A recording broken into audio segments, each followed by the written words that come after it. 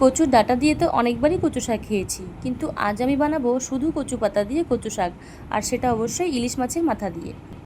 কারণ আমার কচু ডাঁটার থেকে কচুর পাতাটা খেতে বেশি ভালো লাগে। তো দেখো, মা আর আমি চলে আসছি আমাদের কচু বনে কচু পাতা নিতে। এখন এখান থেকে কয়েকটা কচি কচি কচু পাতা নিয়ে নিব। আর এখন আমি সব কচু পাতাগুলোকে এক এক করে এইভাবে ছাড়িয়ে পরিষ্কার জলে 2-3 বার ধুয়ে সব কচু পাতাগুলোকে একটু ভাপিয়ে নেব। একটু গরম জলে ভাপিয়ে নিলে তাহলে গলায় আর ধরবে না।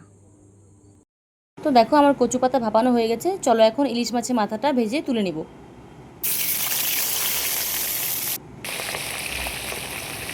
এখন ওই তেলেই ফোড়ন দিব শুকনো লঙ্কা, সামান্য কালো জিরে আর রসুন।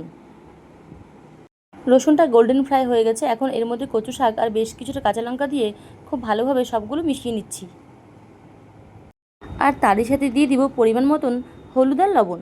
কচু শাকে আমার চিনি ভালো লাগে না, তাই আমি চিনি স্কিপ করছি, তোমরা চাইলে দিতে পারো। দেখো, কচু শাকের জল একদম শুকিয়ে গেছে। এখন আগের থেকে ভেজে রাখা ইলিশ মাছের মাথাগুলো দিয়ে খুন্তি দিয়ে খুব ভালো করে ভেঙে নেব। মাথাগুলো ভালো করে কচু শাকের সাথে মিশিয়ে আর একবার নাড়াচাড়া করে নামিয়ে নিলেই তৈরি হয়ে গেল ইলিশ মাছের মাথা দিয়ে কচু শাক। বাঙালিদের পাতে গরম ভাতের সাথে ইলিশ মাছের মাথা দিয়ে কচু শাক হলে আর কিছু চাই না। কচু শাকটা খেতে কিন্তু দুর্দান্ত হয়েছিল।